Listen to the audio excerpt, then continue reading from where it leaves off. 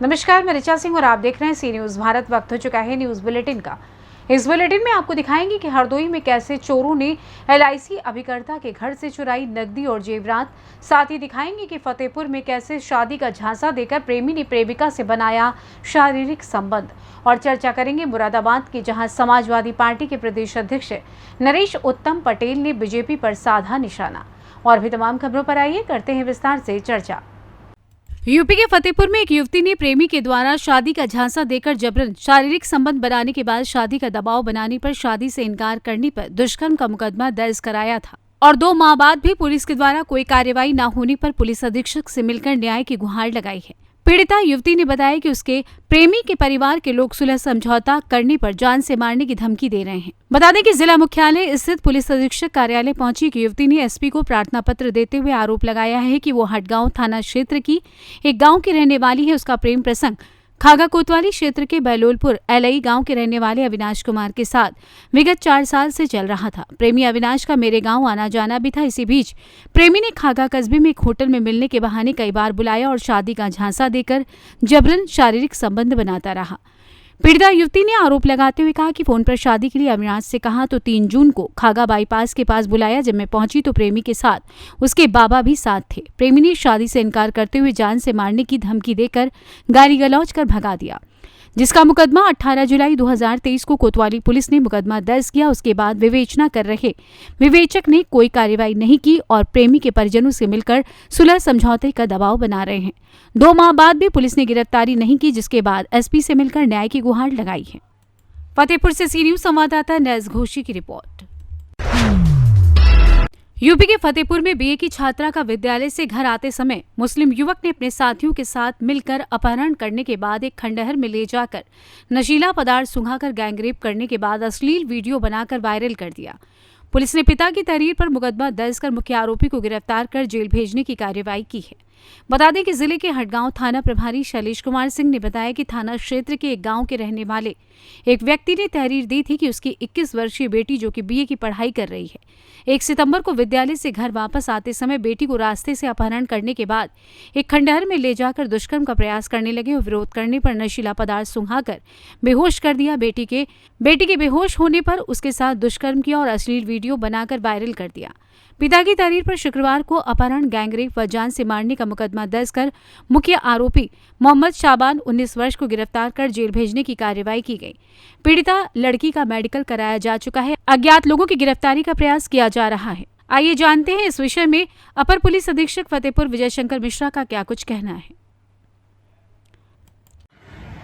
थाना हदगांव में दिनांक 7/9/23 को एक व्यक्ति द्वारा सूचना दी गई कि उसकी लड़की को नशीला पदार्थ खिला करके उसके पड़ोसी युवक द्वारा उसके साथ दुष्कर्म की घटना घटित की गई। इस संबंध में थाना हदगांव में अभियोग पंजीकृत किया गया और अभियुक्त की गिरफ्तारी हेतु कई टीमें लगा दी गई। घटना में सम्मिलित अभियुक्त मोहम्मद शाबान उर्फ सरवर को आज हदगांव पुलिस द्वारा गिरफ्तार कर लिया गया है। उसे गिरफ्तार करके जेल भेजा जा रहा है और उसे विधिक कार्रवाई की जा रही है।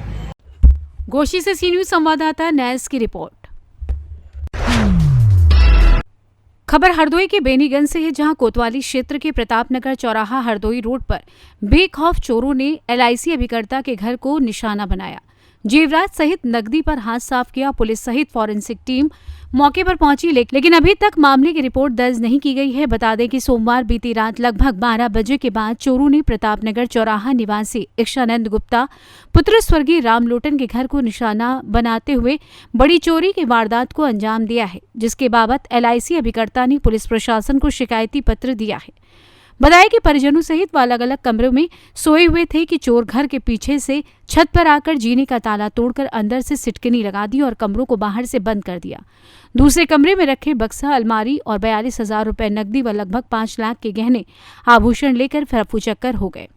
अभिकर्ता का ये भी कहना है कि बड़ा लड़का राम ने सुखसुखाहट सुनकर कमरे से बाहर निकलकर छत से देखा घर के पीछे 2 लोग भागते जा रहे हैं। जब नीचे अपने कमरे में जाकर देखा तो अलमारी बक्सा खुला पड़ा था, उसमें रखा सामान गायब था। देखकर हक्का बक्का रह गया। जिले से फॉरेंसिक टीम भी जांच करने आई हुई थी। चोरी को 5 दिन बीत गए, इसके बावजूद भी अभी तक कोई कार्रवाई नहीं की गई। शिकायतकर्ता ने मांग की है कि मामले पर तत्काल रिपोर्ट दर्ज कर विधिक कार्रवाई की जाए। उपरोक्त मामले पर कोतवाली प्रभारी राजदेव मिश्रा ने बताया कि मामले की गहनता से जांच पड़ताल जारी है, न्यायोचित कार्रवाई की जाएगी। मेरा नाम इच्छा चंद्र गुप्ता है। पिताजी का नाम श्री राम लोटन गुप्ता। प्रतापनगर चौराहा से हरदोई रोड पर हमारा मकान स्थित है। मैं LIC का कार्यकर्ता हूँ और हमारे घर में सोमवार को 4/9/2023 को 12 बजे से 1 बजे के बीच हमारे घर में चोरी हुई है, जिसमें हमारा 42,000 रुपये और जेवर ये सब हमने पुलिस को दरोगा को चौकी पर दिया है एप्लीकेशन, और अभी तक कोई हमारी सुनवाई नहीं हुई है। लगभग हमारा 4-5 लाख रुपये का नुकसान हो गया है। चोर छत पर से नीचे आए हैं और नीचे का जीना बंद कर दिया है। हम लोग हमारी गैलरी का भी सिटकनी लगा दी है और उधर बहू रहती थी उसमें भी सिटकनी लगा दी है। और ये वारदात करके जब दरवाज़ा भट्ट से खुला तब हमको लोगों को ज्ञान हुआ, और उसके बाद हमारे बेटे और बहू छत पर लेटे हुए थे। वो बेटा पेशाब करने के लिए उठा तो उसने देखा सामने 2 लोग भागते हुए, टॉर्च जला करके भागते हुए देखा। तब उसने हमको सूचना दी कि पापा। हरदोई से सी न्यूज़ संवाददाता शिवांशु की रिपोर्ट। झांसी में उत्तर प्रदेश पंचायती राज ग्रामीण कर्मचारी संघ ने जिला मंत्री गुलाब सिंह के नेतृत्व में जिलाधिकारी के माध्यम से अपर मुख्य सचिव पंचायती राज उत्तर प्रदेश के नाम ज्ञापन सौंपा, जिसमें उन्होंने ऑनलाइन उपस्थिति से समस्त कर्मचारियों को मुक्त करने की मांग की। इस दौरान जिलाध्यक्ष भरत सिंह ने कहा कि ऑनलाइन उपस्थिति के कारण कर्मचारियों में मानसिक तनाव रहता है, क्योंकि एक से दूसरी ग्राम पंचायत जाना पड़ता है, जिसमें काफी समय लगता है और कर्मचारी समय पर अपनी उपस्थिति दर्ज नहीं कर पाता। इसलिए हमारी शासन से मांग है कि सफाई कर्मचारियों को ऑनलाइन उपस्थिति से मुक्त किया जाए। सिंह है, मैं उत्तर प्रदेश पंचायती राज ग्रामीण सफाई कर्मचारी संघ से नवनिर्वाचित जिलाध्यक्ष हूँ। अभी हाल ही में मेरा चुनाव हो गया, मैं 85 वोट से विजयी हुआ हूँ। आज हम लोग हमारी एक बहुत ही जटिल समस्या उत्तर प्रदेश पंचायती राज महोदय से एक शासनादेश जारी हुआ है, जिसमें हम लोगों को ऐसा एक आदेश जारी हुआ है जिसके विरोध में आज हम लोग अपर मुख्य सचिव पंचायती राज उत्तर प्रदेश सरकार शासन को ज्ञापन माननीय जिलाधिकारी महोदय के माध्यम से भेज रहे हैं और भेजा गया है, जिसमें ये निवेदन किया गया है कि हम लोगों को, चूंकि फील्ड के वर्कर हैं, हम लोगों को काफ़ी समस्याओं का सामना करना पड़ता है। हम लोगों को ऑनलाइन उपस्थिति से मुक्त रखा जाए, क्योंकि हम लोगों को एक ग्राम पंचायत से दूसरी ग्राम मजरा भी रहता है, तमाम चीज़ें रहती हैं जिन्होंने हमें ड्यूटी करने जाना पड़ता है, और हम कहाँ ऑनलाइन उपस्थिति दर्ज कराएंगे। इसके विरोध में हमने आज पत्र दिया है। हम लोग पढ़ना लिखना चाहते हैं, हमारे लोग साक्षर हैं, हम लोगों को कम पढ़े लिखे हैं, हम लोगों को ऑनलाइन उपस्थिति में काफ़ी दिक्कत का सामना करना पड़ेगा। इसके विरोध में हमने दिया। लगभग कितने कर्मचारी हैं? हम लोग 814 कर्मचारी पूरे जनपद में हैं। उत्तर प्रदेश के अंदर पूरे 1 लाख कर्मचारी हम लोग हैं। पूरे उत्तर प्रदेश में हमारा प्रांतीय स्तर से ये सब चल रहा है पूरा कार्यक्रम। सभी जनपदों में 75 जनपदों में पूरे में डेट बाय डेट, जैसे हमारे यहाँ 8 तारीख का, इसी तरह किसी में 9 तारीख का सभी जनपदों में पूरे उत्तर प्रदेश के कार्यक्रम चल रहा है। ब्यूरो रिपोर्ट, सी न्यूज़ भारत।